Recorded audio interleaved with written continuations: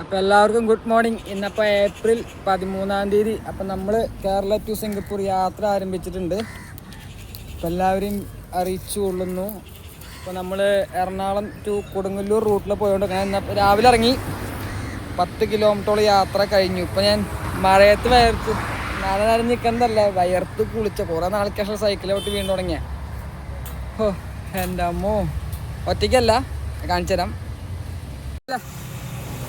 അപ്പോൾ ബെല്ലുണ്ട്. ബെല്ല് ഞാനൊക്കെ ഇവിടെ വെള്ളം കുടിച്ച് സെറ്റായിട്ടിരിക്കും. കുറച്ചുകൂടി വെള്ളം കുടിക്കണ്ട, എന്നാൽ കുറച്ചുകൂടി വെള്ളം കുടിക്കും. എന്നിട്ട് പോകണ്ട, നമുക്ക് പോണ്ടേ?